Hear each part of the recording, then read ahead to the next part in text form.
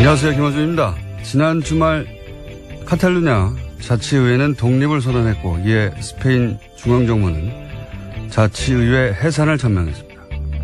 카탈루냐가 제2의 코소보가 될 수 없는 이유, 포털이 처음으로 메인에 띄운 관련 기사의 제목입니다. 코소보는 대량 학살을 경험했지만 카탈루냐는 민주적 권리를 누린 경우라 독립이 불가능하다는 내용입니다. 대량 학살 정도를 겪지 않으면 독립할 생각하지 마라. 이건 말이 안 되죠. 독립선언의 권리는 모든 인간에게 선보인권이 있듯이 그들 스스로에게 당연히 있는 겁니다. 그들의 선언을 외부에서 인정하느냐 아니냐의 문제가 그 다음 따를 뿐이죠. 그리고 그 인정 여부는 철저히 강자의 이해관계에 의해 좌우되어 온 게 국제사회의 현실입니다. 코소보는 학살을 당해서 독립이 인정된 게 아니라 러시아의 세르비아 동맹을 약화시키려는 미국의 전략적 지지가 있었기 때문 아닌가요? 그리고 그래서 코소보 독립을 러시아 중국은 여전히 인정하지 않는 거죠. 대량 학살을 겪는다고 독립이 보장됐으면 독가스 인종청소를 경험한 쿠르드는 진작에 독립을 했어야 합니다. 약소민족들이 최근 선언한 독립들 아마 대부분 실패하겠죠. 그래도 그 독립을 심정적으로라도 응원하는 게 우리 이익을 해치지도 않는데 우리 같은 식민 역사를 가진 사람들로는 자연스러운 것 같은데 이런 기사를 접할 때마다 매번 느끼는 겁니다만 왜 우리 언론은 미국이나 유럽은 어떻게 생각한다. 서구 강대국의 시선으로 바라본 분석만 있는 건가요? 저는 그게 너무 이상합니다. 기본적인 생각이었습니다. 저는 이런 뉴스가 참 관심이 많은데 월요일 어떠십니까? 네, 안 좋아 보이시는데요. 괜찮으신가요? 졸립니다. 네, 매우. 저는 이런 뉴스, 국제 독립 뉴스라든가 분쟁 뉴스가 관심이 많은데 이런 뉴스를 전하는 보도를 볼 때마다 참 이상해요. 저는 왜 이렇게 미국이나 유럽, 특히 서구 강대국의 시선만으로 이런 사안을 보는 건지. 예를 들어서 이 카탈루냐는 스페인 영토 주권을 얘기하거든요. 영토 주권. 스페인, 국경은 절대적이다. 영토는 절대적이다. 그런데 미국도 그걸 지지하고 있고요. 근데 이제 코소보 때는 미국은 세르비아의 영토 주권보다는 코소보의 민족 자결을 응원했어요. 예. 근데 그 이유가 정반대죠, 지금하고는. 지금 이걸 그대로 적용하면 카탈루냐 독립을 지지해야지, 미국이. 예. 그러니까 지금 코소보가 인종청소를 당했기 때문에 그런 거라고 유럽의 누군가가 얘기했더니 우리 기사가 됐는데 인종청소를 당하는 소수민족은 많아요. 오히려 쿠르드 같이 인종청소를 가장 많이 당했는데 가장 많이 배신을 당한 게 쿠르드잖아요, 미국한테. 예. 네, 계속해서 전해드린 바가 있는데요. 그건 상관이 없는 거고 사실은 실제로는 이게 이제 세르비아 동맹국이니까 러시아가 그래서 미국은 코소보를 지지한 거고 정반대도 있어요. 크림반도 때는 미국하고 러시아가 정확하게 반대로 행동합니다. 예. 크림반도 쪽에 러시아계가 독립하려고 할 때는 러시아는 또 민족 자결을 지지한다고 하고 그다음에 미국은 영토 주권, 우크라이나 영토 주권 지지한다고 하고 왜냐하면은 흑해 부동항을 누가 차지하느냐를 가지고 싸운 거니까 국제법상 무슨 대단한 원칙이 있는 것처럼 기사는 쓰는데 다 개뻥이에요. 관계들 자기들 마음대로 그때 자기들이 유리하면 지지하고 불리하면 반대하고 그러는 거죠. 강대국들은 자기 시선이 있잖아요. 자기 이익이라고 하는. 예. 우리 언론들도 우리만의 시각이 좀 있었으면 좋겠습니다. 이런 뉴스 전할 때. 항상 하는 얘기지만. 자, 첫 번째 뉴스는 뭡니까? 네, 국정원 관련된 소식 계속 전해드리고 있는데요. 오늘 아침도 똑같습니다. 박근혜 정부에서 남재준 국정원장이 소위 7인회를 꾸렸다라는 보도가 오늘 아침 한겨레 신문에 나왔는데요. 매주 수요일 회의를 열었다라는 겁니다. 여기에서 이 7인회가 검찰의 댓글 수사를 대비한 가짜 사무실을 만들고 남북 정상회담 회의록을 공개하는 등 주요 정치 공작을 해왔다라는 건데요. 이 7인회 멤버에는 어제 검찰에 출석한 장호중 전 부산지검장 등이 포함되어 있습니다. 이 양반들은 7인회 같은 걸 좋아하나 봐요. 박근혜와 7인회도 예전에 나왔던 얘기죠. 예, 그렇죠. 근데 이제 남재준 국정원장도 본인이 국정원장 재직 시절에 7명을 꾸려와서 주요 사안을 결정했다 이거 아닙니까? 예. 네, 파견된 검찰 공무원 2명까지 포함해서요. 다양한 사람들이 있습니다. 대령 출신도 있고 육사 출신도 있고요. 예. 국정원의 컨트롤 타워였던 거네요. 유행인가 봅니다. 유행.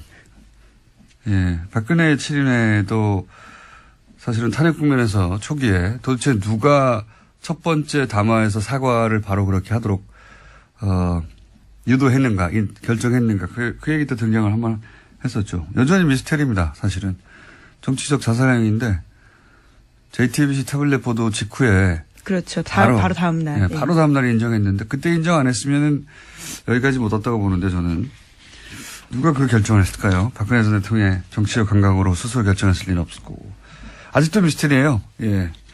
어쨌든 남재준 국정원장도 유사한 7인의 조직을 갖고 있었다. 근데 특히 이제 국정원 출신이야 그렇다고 치더라도 검찰 출신들을 현재 굉장히 고위직입니다. 현직입니다. 게다가 예. 현직 검찰 소속으로 있는 사람들인데 그 사람들이 7인회라는 게 이제 처음으로 밝혀진 거고요. 관련 뉴스가 많아요 여기에 그죠? 예, 이들 국정원 파견 검사 같은 경우에는요, 국정원의 변호인 노릇도 했다라는 건데요. 조직적으로 검찰의 수사를 방해했다라는 겁니다. 특히 국정원 댓글 수사를 방해한 건데, 최근에 검찰이 이와 관련된 대응 문건을 확보했습니다. 이 문건에 보면요, 당시에 파견된 검사들이 국정원의 의견서를 써주면서까지 검찰의 수사를 방해하면서 깊이 관여했다라고 합니다. 이게 이제 자신이 어디 소속인가에 따라 지속적으로 그 권력의 하수인 역할을 한 거죠. 사실 검찰 출신으로서 윤석열 검사나 혹은 최동욱 당시 검찰총장이 막 날아가지 않습니까? 예. 그러니까 자기가 평생 속했던 조직의 선배 수장들이 막 당하는데도 상관없는 거죠. 예. 상관없이 그냥 국정원에 가면 또 그 국정원에 충성하는 겁니다. 오히려 자신의 출신 조직인 검찰의 수사를 방해하는 역할까지 하게 된 건데요. 권력의 하수인이 돼서 출세를 하고 싶었겠죠. 예. 그래서 국정원에서 댓글 수사를 하는 검찰을 가장 방해한 자들은 국정원에 파견됐던 검사들이었다. 이런 내용입니다. 예. 네, 어제 JTBC가 관련된 내용을 여러 가지 보도했었는데요. 뿐만 아니라 국정원 직원들이 재판에 증인으로 나갔을 때 이와 관련해서도 꼼꼼하게 지침을 내렸다라고 합니다. 해당 검사들이요. 네, 증인도 코칭을 한 거죠. 국정원 직원들을 재판장에 가서 이렇게 해야 빠져나갈 수 있다. 그때 이제 재밌는 건 그때 당시 재판에 출석해서 그런 증언들을 쭉 했는데 나는 모른다. 종북 세력을 대응하기 위해서 그랬다 했는데 최근에 다시 검찰 수사를 그 국정원 직원들이 이제 새로운 혐의 사실로 나왔으니까 받고 있는데 그때 했던 말들 다 거짓말이었다고. 네, 다 실토한 거죠 이제. 실토하고 있습니다. 예, 실토하고 있고 그러면 그때 거짓말을 시킨 사람이 누군가 이렇게 따져 들어가 봤더니 국정원 내에 파견 갔던 검찰 출신들이었다. 예. 네. 그런 검사들이었으니까 국정원을 파견시켰겠죠, 또. 예. 속속들이 밝혀지고 있네요. 네, 그래서 지난주 금요일에 검찰이 장호중 전 부산지검장 등을 비롯해서 7명의 사무실과 자택을 압수수색했습니다. 또 주말 동안에는 이재영 검사와 서천호 전 차장, 장 전 지검장을 소환 조사했습니다. 현재는 전보 조치돼가지고요. 부산지검장 자리에서 내려왔습니다. 그게 이제 검찰 내에서도 예를 들어서 검찰 내에서 검찰 출신들이나 지검장이 굉장히 높은 사람이거든요. 예. 네, 그렇죠. 지검장 정도로 수사할 때 반발이 있거나 또는 잡음이 있을 수 있는데 이건 없어요. 예, 없는 것이 검찰 내에서도 동정을 받을 여지가 전혀 없는 것이 검찰이 수사하는데 검찰을 수사를 방해하려고 가짜 세트를 만든 거 아닙니까? 지금 그걸 했던 사람들이라는 거죠, 지금. 예. 세트로 가짜 사무실을 만들어 놓고 가짜 서류를 잔뜩 그 안에 집어넣어 놓고 거기를 압수수색하도록 한 사람들이 사실은 그런 일을 결정하고 컨트롤 타워 역할을 하고 이제 증언을 코칭하고 하는 게 다 검찰 출신이었다. 그런 얘기입니다. 네, 그 관련 뉴스가 쭉 많고요. 근데 그분들이 지금 구속됐다 또는 수사받고 있다. 그렇죠. 예, 이런 얘기들. 저도 뉴스가 너무 많이 쏟아져서 도대체 누가 구속됐다는 건지. 예. 댓글 수사하고 있는데 그래서 검찰 출신들이 이런 일을 했다는 게 이제 관련 뉴스로 많이 쏟아졌습니다. 주말에. 네. 자, 다음은요. 네, 2008년 이건희 삼성회장이 차명 계좌에 숨겨둔 4조 4천억 원대 돈이 있었다라는 바를 말씀드린 바가 있는데요. 차명 계좌에 부과되기 때문에 세금을 내지 않았었습니다. 당시에 금융당국의 판단이 그랬었는데요. 하지만 이 사실이 드러나자 최근에 9년 만에 금융위원회가 차명 계좌에 대한 유권 해석을 원점으로 재검토하기로 했습니다. 그래서 과세가 가능하다라는 입장을 내놓을 예정이라고 합니다. 금융위원회 주요 인사들은 뭐 바뀌지 않았다고 해요.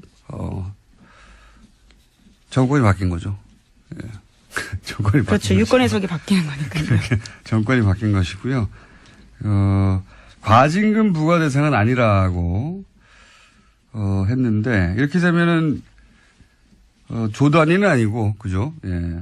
1,000억 단위 정도. 실제 이 문제를 처음 제기했던 갑자기 이런 생각이 나네요. 박용진 의원님. 예, 박용진 의원님 주장에 의하면 예, 계산을 또 저희도 해봐야 되겠지만 이게 2조 이상 과징금까지 하면 2조 이상이 될 거라고 했었는데 과징금 부과 대상은 아니라고 유권 해석을 또 해줬으니까 이렇게 되면 1,000억대 예. 얼마나 많이 빠져나갔습니까? 2조에서. 네, 그렇죠. 이자와 배당 소득세. 예. 예, 이자 배당 소득만을 부과하는 거니까요. 근데, 이 문제는 한 번 더 나오겠네요. 왜 과징금 부과 대상은 아니냐.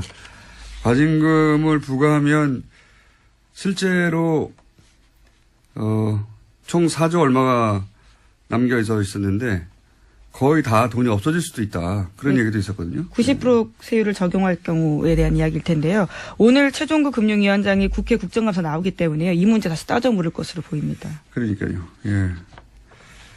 자, 실제 얼마나 부과될지 관심 있게 지켜봐야 되겠습니다.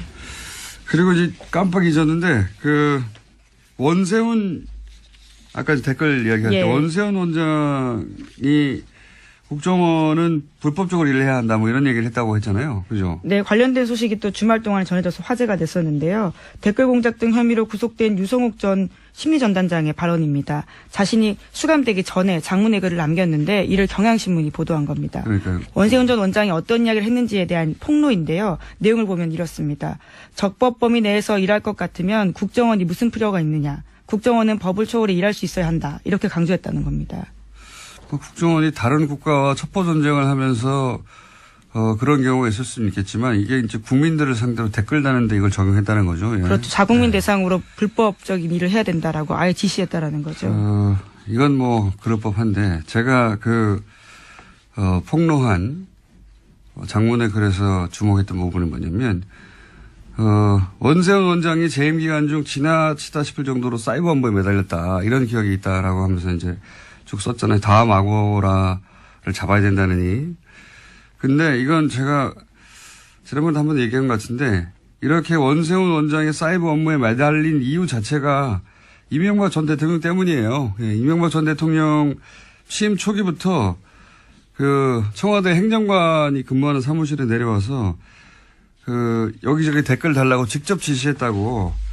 이건 제가 이명박 정권 초기에 들은 이야기입니다. 초기에. 대통령이 무슨 행정관 자리에 와가지고 그 등 뒤에 서가지고 여기 기사에 댓글 달라고 했을까 싶은데 그랬다고 합니다. 그랬다고. 그때부터 본인과 관련된 기사의 댓글에 대단히 민감했다. 댓글에 대한 집착을 보여주는 장면이에요. 네. 원세훈 원장의 집착이 아니라 이명박 전 대통령의 집착이었다고 저는 알고 있습니다. 그것이 뜻대로 안 되자 결국은 국정원을 그렇게 조직적으로 초반에는 그러니까 청와대 행정관들, 청와대 내에서 일부 행정관들이 그런 댓글 작업을 하다가 그 규모가 감당이 안 되니까 결국은 국정원이나 사이버 사령부로 그렇게 조직이 외부에서 전문적으로 커진 것이 아닌가라고 저는 추정하는데 여기서 확실한 것은 어쨌든 임기 초기에 행정관 근무하는 데 내려와서 PCD에 서서 그 일을 당했다는 사람의 으로부터 저는 건네들은 이야기입니다. 이거. 예, 그렇다면 이제 원전 원장이 입이 주목될 수밖에 없는데요. 이명박 전 대통령이 시켰다라는 진술만 남아 있는 겁니다. 글쎄요. 자신이 형을 살고 나서 그 다음 삶을 어떻게 그릴 것인가에 달려 있겠죠. 예. 이미 형은 확정됐으니까요. 네, 뭐 자. 아직 2심이긴 한데요. 사실상 확정입니다. 하나, 둘 정도 더 할 수 있을 것 같습니다. 예, 뭐가 있나요? 또 다스와 관련된 비자금 조성 의혹 문건이 나왔습니다. 2008년에 차명으로 보이는 10여 개의 개인 계좌에서 다스로 120억 원이 옮겨졌다라는 JTBC 보도 내용입니다. 이 내용은 저희가 잠시 후에 이 내용 전문가들이 두 분 있어요. 예, 조진우 기자하고 안하고 청장이.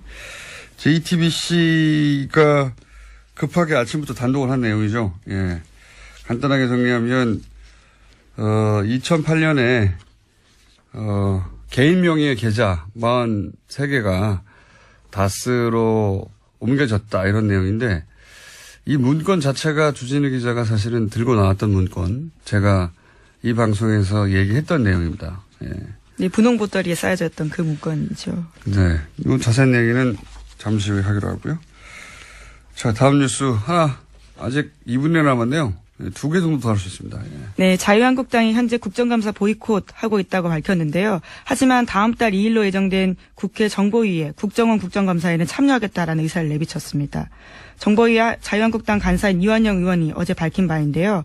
국정원 개혁발전위원회가 연일 과거사의 일탈 행위를 찾아내고 검찰에 고발하고 있다면서 이 문제를 제대로 따지겠다라고 밝혔습니다. 이제 뭐 이건 다른 게 아니고 이제 국감이 끝났기 때문에 이대로 국감 끝까지 안 들어갈 수는 없으니까, 네. 마지막 정보위원회는 들어가겠다고 하는 거겠죠. 예. 아시는 분은 아시겠지만 한국당은 방통위원, 본인들이 지명했던 방통위원이 임기 이전에, 사퇴하는데, 예. 그 2명의 지명권을 여당에서 행사했다고 해가지고 지금 국감 보이콧을 하고 있습니다. 예. 자유한국당의 논리대로면, 자신들이 여당 시절에 6명을 임명하거든요. 예, 6명 임명했는데 지금은, 야당이 되면 이제 3명으로 줄잖아요. 심지어 야당도 다양해졌습니다. 과거와 다른데요, 처지가요. 예, 야당이 되면 이제 줄어드는데 숫자가 그걸 인정할 수 없어서, 예, 자신들이 한번 임명했던 사람들이 보궐이 되면 그 사람들을 자기가 야당이 됐더라도 계속 지명해야 된다는 논리로 이제 보이콧을 하는데 이 논리대로면 6명을 여당일 때 지명했어요. 자신들이 야당이 됐어요. 이제 3명으로 줄어야 되는데, 임기 직전에 다 사퇴하게 만드는 겁니다. 그러면 영원히 6명을 지명할 수 있어요. 이런 논리대로면. 왜냐하면 임기 전에 6명은 자유한국당에 배정됐다는 주장이거든요. 야당이냐 여당이냐 아니가. 놀라운 아니라. 주장입니다. 예, 그래서 이 논리대로면 여당 상관없이 자유한국당은 항상 6명을 할 수 있습니다. 임기 직전에 사퇴시키고 계속 보궐시키면 되죠. 연속해서. 말이 안 되는 주장인데. 어쨌든 그 이유 때문에 국감 보이콧을 했는데 큰 반향이 없자, 예. 막판에는 참석하려고 하는데 그게 이제 마침 국정국감입니다. 뭐 있나요 또? 예, 하나 더 소식 전해드리면요. 벌써요? 예, 김무성 바른정당 의원 등 당내 통합파 의원들이 어제 회동을 가졌습니다. 그리고 오늘 11월 1일에 개최 예정인 의원총회를 전후로 해서 탈당을 할 예정이라고 합니다. 선도 탈당. 이게 아니라 한 번에 움직이려고 하는 거군요. 예. 네, 11월 3일에는 또 자유한국당의 박근혜 전 대통령 관련해서 출당 관련된 최고위원회가 있거든요. 여러 가지로 분수령이 될 자리가 있다라는 주장입니다. 녹취록이 어떻게 되느냐. 이영주 의원의. 그게 또 중요한 관건이겠죠. 원래 녹취록, 원래 홍준표 대표하고 서청원 의원이 대결할 때 처음에 녹취록은 하나만 존재하는 것으로, 예. 그 녹취록의 내용을 각자 자기가 유리한 방식대로 얘기하는 것으로 이렇게 이해가 됐었는데 이용주 의원이 등장하면서 양상이 좀 달라졌어요. 이용주 의원은 홍준표 대표는 그 재판 시작되기 전에 돈을 전달했다고 하는 사람, 그 사람은 서청원 의원 사람인데 나한테 그러냐라고 항의했다고 하고. 네, 자제시키라고 전화했다라는 취지죠. 서청원 의원은 자신에게 청착했다고. 그건 뭐 같은 말을 어떻게 해석하냐에 따라 다를 수 있습니다. 이용주 의원이 등장해서 했던 말은 두 사람이 그동안 다퉜던 내용과는 다르고 사실이라고 하면 다르고 1심이 끝난 후에 돈을 전달한 사람의 진술을 번복하게 해달라는 청탁을 했다라는 게 이용주 의원의 주장이거든요. 예. 그러한 또 녹취록이 있다는 취지 이야기인데요. 그러니까 만약에 그게 실제로 있다면 그 녹취록이 개뻥이냐 아니냐 오늘 여러 번 나오네요. 개뻥. 왜냐하면 정치권에서 이런 녹취록이 있다는 공방이 뭔가 결정적으로 끝난 경우가 별로 없어요. 예, 녹취록이 있다고 막 하다가 흐지부지 사라지거나 녹취록을 들어봤더니 별거 아니거나 그런 경우가 많았거든요. 근데 이제 이 경우는 다른 당의 의원인데 녹취록이 있다고 들고 나왔기 때문에 그리고 이제 지금까지 얘기하고 다른 이야기를 했기 때문에 이 내용에 따라서는 사실은 홍준표 대표의 운명이 갈릴 수도 있고 서청원 의원이 이제 두 말 더 이상 할 수 없이 출당을 당할 수도 있고요. 또는 그 내용이 이용주 의원이 주장했던 것과 다르면 이용주 의원도 굉장한 타격을 또 입을 수도 있습니다. 어떻게 될까요? 녹취록이 이 주장들은 두 개에 해당되는 건데. 예. 네, 아직은 홍준표 대표와 서청원 의원 사이에 설전만 남아있는 상태입니다. 알겠습니다. 자, 오늘은 여기까지 하겠습니다. 시사인의 김은지였습니다. 감사합니다. 국민 여러분 안녕하십니까. 여러분의 귀염둥이 MB 만사올려 있습니다. 기온이 하루가 다르게 떨어지고 있습니다. 건강에 더욱 신경을 쓰셔야 한다. 그런 확신을 저는 가지고 있는 겁니다. 요즘 마음이 무겁습니다. 적폐청산이라 하는 미명 아래 새로이 만들어지는 적폐. 저는 이것이 대단히 우려스럽다. 그하고 의혹만을 가지고 전 대통령한테 정치적 망신을 주려고 하는 그런 행동은 치졸한 정치 보복에 지나지 않지 않느냐. 저는 그런 확신을 가지고 있는 겁니다. 진우, 알았나? 알아들었나? 알아묻냐고. 응? 전직 대통령 이러면 놀려묻고 조롱하고 이건 뭔 써? 응? 진우, 니도 이제 얼라 아니잖아. 어른이라 어른. 그거 하면 니 나이값 해야지. 응? 니 이만큼 얘기했는데 자꾸 이카면 자꾸 이래 분탕질 하면 천벌 받아. 천벌. 천벌. 응? 니 천벌 받아봤나? 천벌 그거 응? 응? 억수로 아파. 자, 주진우 기자, 안영구 청장님 나오셨습니다. 안녕하십니까. 예, 안녕하십니까. 안녕하십니까. 네, 오랫동안 이미 2달 이상 거의 있으면 3개월째 진행하게 된 이 코너. 저희가 처음 이 다스 얘기를 꺼냈을 때 굉장히 어려웠어요.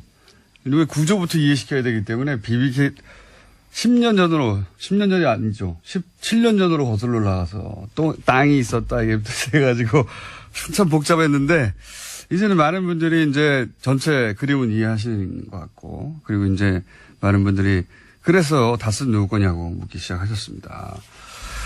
그런데 지난주에 JTBC가 다스 관련 특종을 굉장히 아침 이른 시간에 급히 내놨어요. 비자금을 찾았다. 비자금으로 의심되는 계좌를 찾았다. 비자금 계좌라고. 근데 이제 그 내용을 자세히 듣고 보니까 이거는 우리가 2달 전에 다뤘던 문서 이야기 같은데. 안영구 청장님 아닙니까? 예, 지금 이쯤에서 제가 좀 고백을 해야 될 게 있는데요.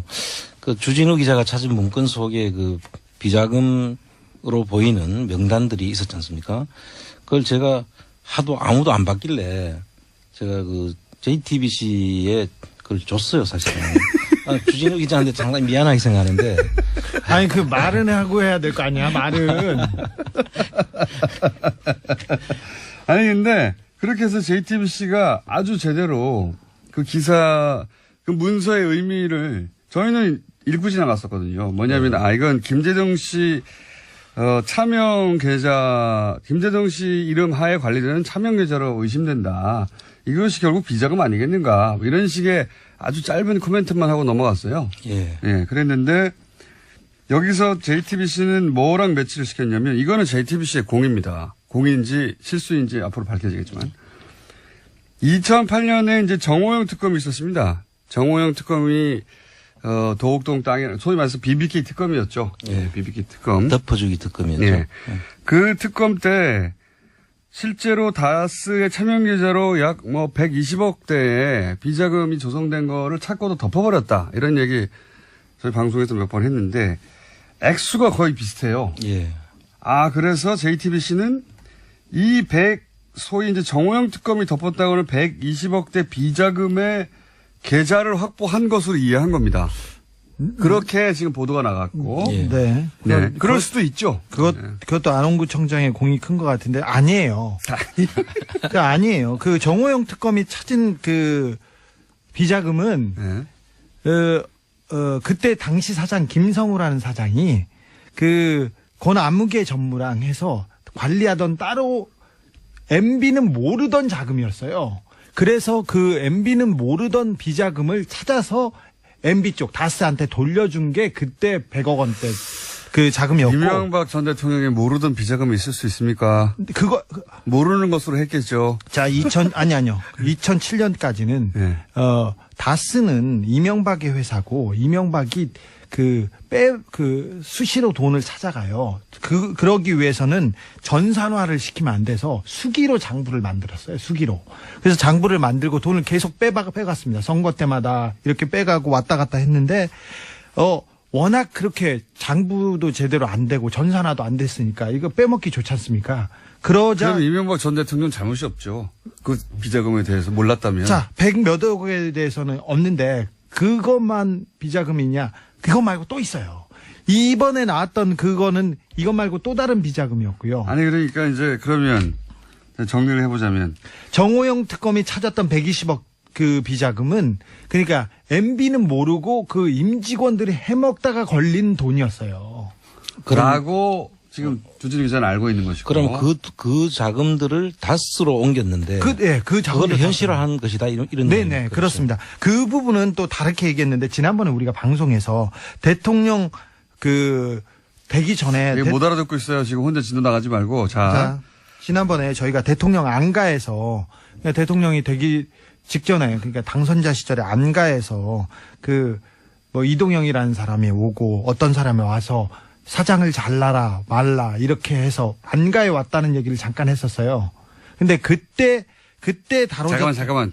혼자 막 진도나가는데 한 달 전쯤에 이명박 전 대통령이 된 이후로도 다스의 인사와 관련해서 직접 지시를 안가에서 내렸다. 이런 얘기를 한 적이 있습니다. 네. 그 내용을 지금 혼자 막 진도 나가고 있는 거예요. 그런데. 자, 인사와 그 비자금 얘기였는데 비자금을 어떻게 처리할 것인지에 대한 회의가 그때 있었어요. 그런데, 다스의 비자금은 너무나 많아서 그 120원 그 특검이 발견했던 120억 덩어리는 다른 덩어리고요. 이 장부, 이게 원장이 여기에요. 연필로 이렇게 메모하고 했던 원장인데. 그럼 그건 내한테 준 거 아닌데? 그거예요. 잠깐만 기다려보십시오. 또 새롭게 나왔네요. 이거는. 그거 아니에요? 저거 아니에요? 이거 아니고, 그때 당시에. 또 다른 거예요. 그럼 여기 있어. 비자금이 여러 갈래가 있었네요. 자, 그러니까 비자금이 여러 갈래가 있고. 아니, 이런 회의는 밖에서 다 하신 다음에 들어오셔야지. 아니, 지금 여기 비자금 덩어리는 여러 덩어리가 있고 120억은 다른 겁니다.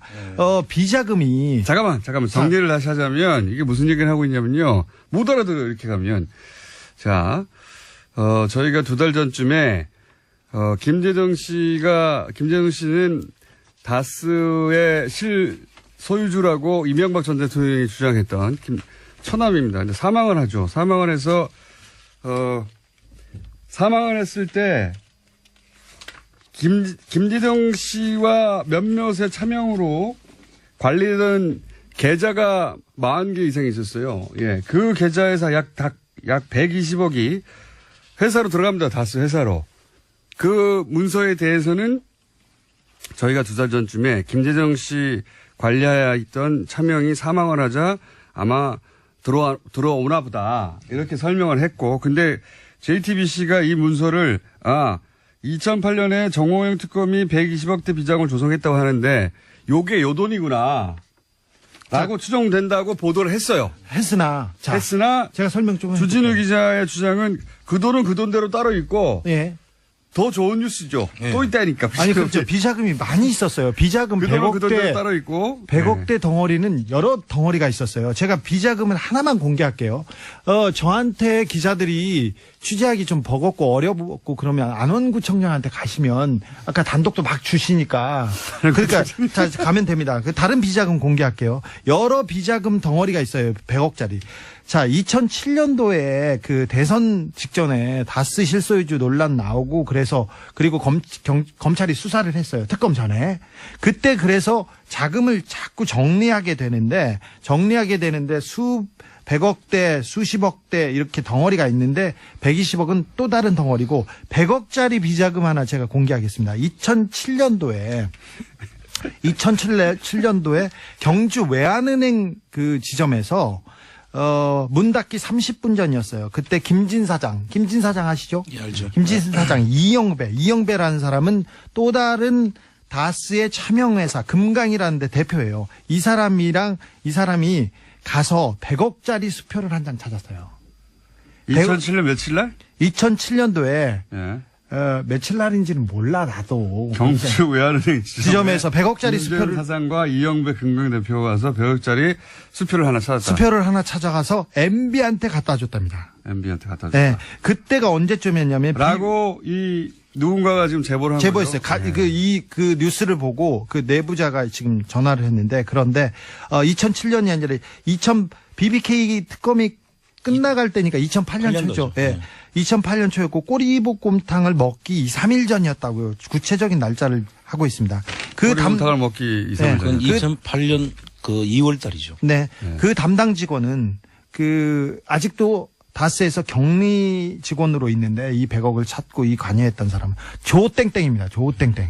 그렇습니다. 이건 또 다른 비자금입니다. 다스의 비자금입니다. 100억짜리입니다. 그 이건 비자금 심플한 거. 세 가지 종류가 일단 오늘 거론되고 있습니다. 네. 하나는 2달 전쯤에 저희가 김재정 씨 사망 이후에 계좌와 번호가 쭉 나온 게 있거든요. 예. 그게 120억대였어요. 그리고 2008년 정호영 특검 때 비자금을 찾았는데 회사에서 덮어버렸다고 하는 비자금이 있습니다.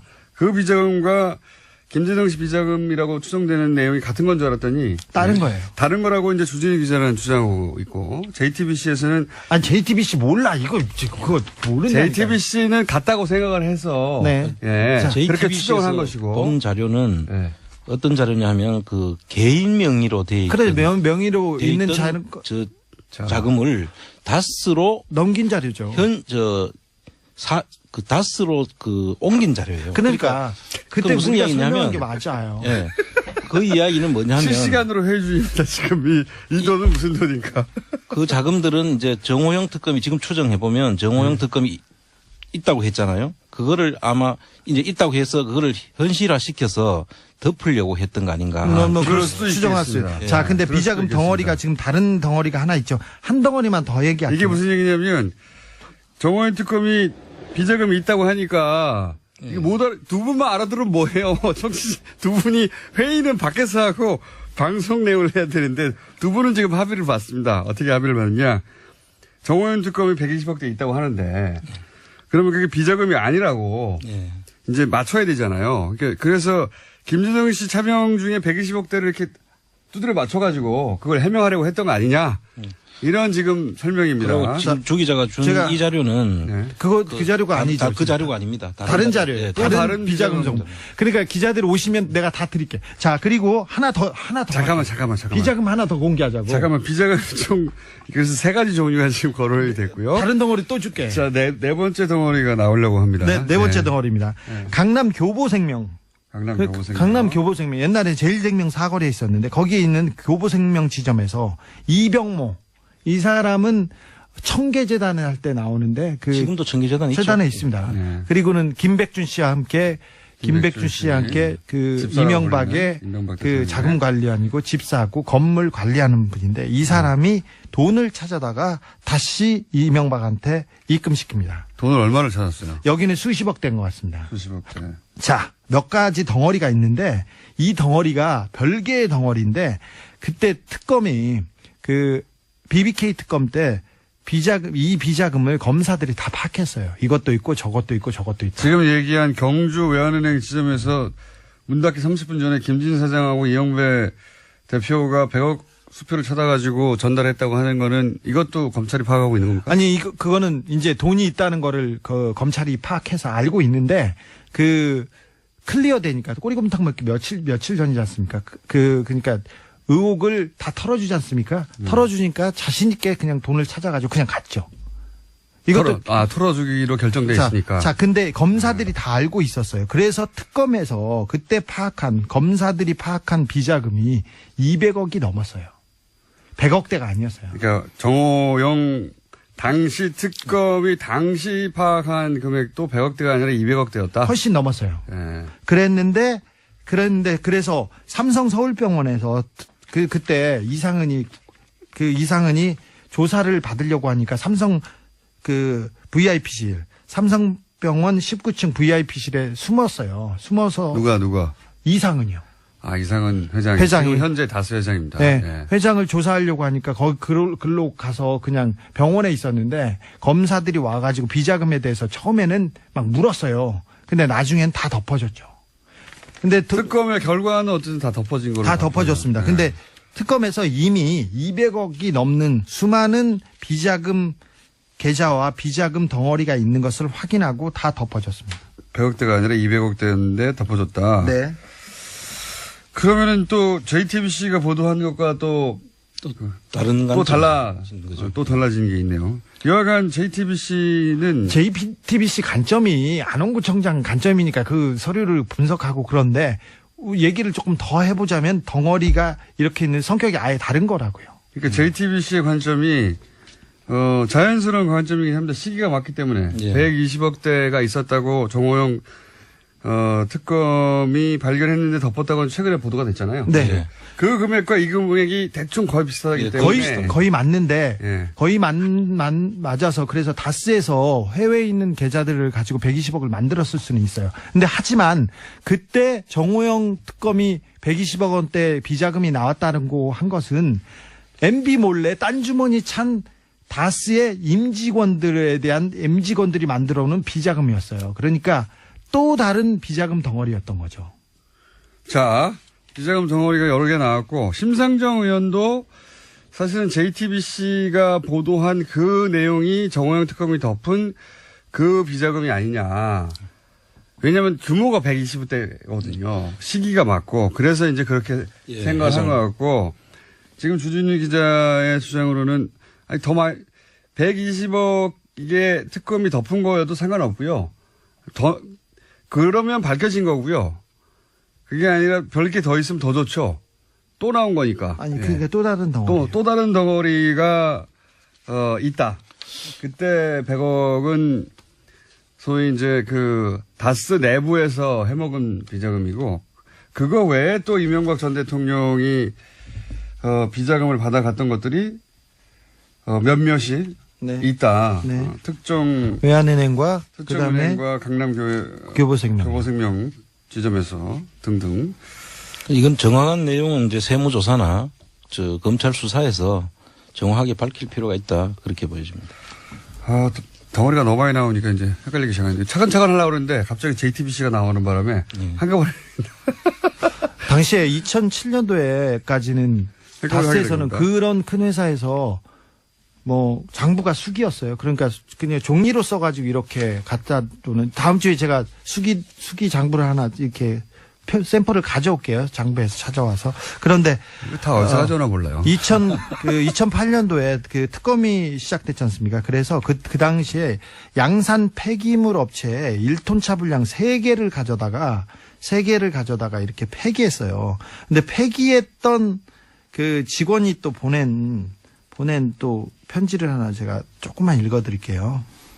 2007년 10월에서 11월에 MB가 대통령 선거하기 전에 BBK 주가 조작 사건과 다스 실소유주 사건들로 검찰 조사가 있었는데 자료를 숨기기 위해서 어떻게 했냐면은 다스에서는 모든 서류를 모든 장부를 태웠대요.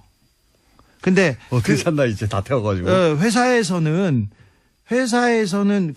도저히 다 태우기가 어려우니까 1톤 트럭 세대 분량으로 회사 관련 서류를 부산 관련 양산국도변 고물상에 옮겨가지고 파쇄해가지고 처분하였습니다. 그때 당시 권 부장, 권 전무, 문 부장, 손대리 협의하에 자료를 옮기고 폐기하였는데 그때 자료 중에는 공문 형식으로 된 BBK 관련 자료와 돈을 주고받는 영문 서류가 있었고요. 맨 마지막에 이 서류에는 MB의 사인이 있었다는 겁니다. 아, 다스의 내부 문서에 이명박 전 대통령의 사인이 있었다. 네, 그렇습니다. 폐기했다는 거는 이제 지금은 입증할 수가 없죠. 네, 근데 관련자들의 진술 정도만 폐기한 남은 사람이 지금 얘기하는 겁니다. 그러니까 뭐 어느 정도 또 신빙성은 있죠. 그 JTBC에서 보도한 그 자료를 보면 네. 개인 명의에서 다스 명의로 갔기 때문에 네. 그 자금의 원천을 따라가 보면 네. 금방 이게 어떤 자금인지를 알 수가 있습니다. 지금 폐기해도 그건 명백하게 지금 계좌번호까지 다 나타나거든요. 그렇죠. 근데 이게 참 재밌는 게 보통의 비자금은 회사에서 밖으로 나가는 겁니다. 이 비자금은 밖에서 김재정 씨 사망하자 밖에 개인 명의로 있던 게 회사로 들어와요. 예. 이상한 흐름이에요, 굉장히. 그것도 비자금으로 이렇게 물론 비자금이죠. 그렇죠. 예, 빼돌린 정상적이지 않은 돈이니까. 그렇습니다. 개인 명의로 돼 있던 걸 다스로 옮겼기 때문에 비자금이- 금융실명법도 위반이죠, 그 당시에. 예. 비자금이 많으니까 참 좋네요. 자꾸 네. 나와가지고. 그렇죠. 이야기거리도 많고. 그러면 당시 BBK를 수사했던 정호영 특검 소속의 혹은 BBK 관련 수사를 했던 검사들은 지금 뭐 하고 있나요? 난 지금 현직에 거의 있습니다. 근데 이분들이 그냥 수사하면 됩니다. 뭐 압수수색 하지도 않고 옛날에 있었던 걸 캐비넷에서 꺼내서 그냥 하면 됩니다. 그래도 그분들이 다시 BBK가 수면에 올라오는 것을 상당히 부담스러워하겠죠. 두려워하고 있었던 것 같아요. 이게 이분들은 BBK 수사가 제대로 잘 됐다고 생각하는지 아닌지 몰라도 최소한 주장은 현재 하고 있는 분들이거든요. 잘 됐다. 예. 그러니까 일단 수사가 어려워요. 일단 이 BBK와 다스의 진실이 밝혀지려면 이 검사들의 양심 고백, 국정원에서 검사들이 진실을 막았던 것처럼. 그런데 어떻게 막았는지 제 사건에서 사실 좀 알 수 있어요. 당시 맞아요. BBK 수사의 정점에 최재경 전 민정수석 그리고 김기동 검사 많이 거론되는 분들이죠. 네. 이 김기동 검사하고는 주진우 기자도 안홍구 청장님도 인연이 있지 않습니까? 근데 저는 원고 피고 관계였어요. 네. 이 사람들이 저를 다 고소해가지고요. 전 제 수사를 해서 저를 구속시킨 사람이죠. 이미 김기동이요? 그런데 이 사람이 어떻게 하다 보면 이렇게 다 이렇게 연결이 됐어요. 그 당시에 BBK 했던 분인데. 저를 한 번도 조사도 하지 않고 한 번도 나오라고 이야기도 없이 원래 바로 최순실 비자금 찾으려고 등장하신 출연을 시작하신 분인데 하다 보니 이렇게 BBK로도 다 연결돼 자, 있어요. 예. 연결됩니다. 그 당시 BBK 수사검사들이 최재경, 김기동, 김우곤, 장영섭, 배종혁, 최성환, 박철웅, 박광배, 김양수, 김영석 다 지금 굉장히 좋은 부서에 다 있습니다. 그 중에서 김기동 검사하고는 인연이 특별하시다고. 그렇습니다. 예. 국세청에서 저를 청부 수사를 시켰고요. 그 당시에 이현동 당시 차장이 서울지검장인 노황균 씨한테 찾아갔다는 이례적으로 갔다. 근데 그때 제 수사를 시키기 위해서 같은 것으로 이제 추정이 되고요. 그래서 그걸 수사를 한 사람이 김기동 씨인데 김기동 씨한테 그 당시 최재경 씨가 김기동 씨한테 이 BBK 다시 수면으로 떠올린다. 아는 거를 수사하지 말아라고 했다는 것을 내가 조선일보 간부로부터 들은 이야기예요. 그래서 일화가 구체적으로 어떻게 된다고요? 일화가 서론이 길어가지고 어떻게 그렇죠. 했다고요? 일화가? 이제 김기동 씨가 수사를 김기동이 담당 검사였는데 예. 김기동이 검사하려고 했더니 최재경 전 검사가 최재경 씨가 안홍구 수사하지 마라. BBK 다시 떠올릴 수 있으니까 이렇게 말렸다고요? 그렇죠. 말렸다는 것을 이제 조선일보 들었다. 간부가 저한테 이야기를 해줬고요. 그분들이 수사를 하게 되면 BBK가 수면으로 떠오를 수 있다. 그러니까 건들지 마라. 이렇게 이야기를 했다는 거예요. 자, 어쨌든 구속되셨고요. 자, 그래서. 김기동 검사는 1년만 갔다 오셨고 그래서. 네, 예. 네. 김기동 검사는? 네, 김기동 검사는 김경준한테 자기한테 형이라고 부르라고 하면서 형량을 네가 이명박을 빼주면 형량을 그런 줄여줄게 딜이 있었다는 주장을 김현준 씨가 했죠. 했죠. 메모에도 나오고요. 네. 그다음에 그 이후에 김기동이 중간중간에 계속 나옵니다. 방산비리에도 나오고 다른 데도 나오는데, 지난번에 140억이 다스로 갈 때, 그 당시에 김경준 씨가, 에리카 누나가 언제 군방 들어갈 테니까 잘 봐주세요. 그렇게 편지를 썼던 사람이기도 합니다, 김기동. 그렇죠. 굉장히- 예. 주진우 기자, 안하고 청장이었습니다.